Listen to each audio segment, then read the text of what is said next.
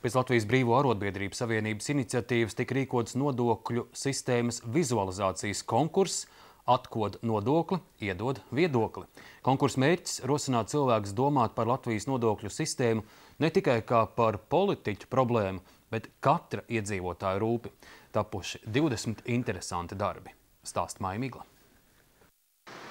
Informatīvo kampaņu par līdzsvarotu nodokļu politiku Latvijas Brīvo arotbiedrību savienība rīkoja, lai sabiedrību iesaistītu diskusijā par nodokļu slogu un tā sadalījumu. Iekasējot nodokļus no visiem nodokļu maksātājiem, Latvijas budžetā būtu 30% liels pārpalikums, izpētījuši konkursu darba autori.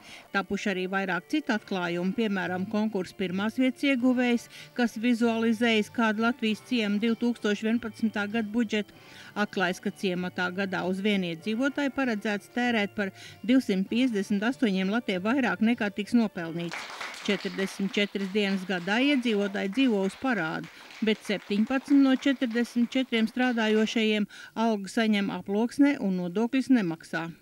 Mēs izdomājam arī izveidot arī budžetu šim ciemam un pastīties, kā tur ar nodokļiem un kā mēs vispār izskatāmies un kur tā lielā problēma mūsu Latvijas budžetā. Un lielākā problēma galu galā izrādījās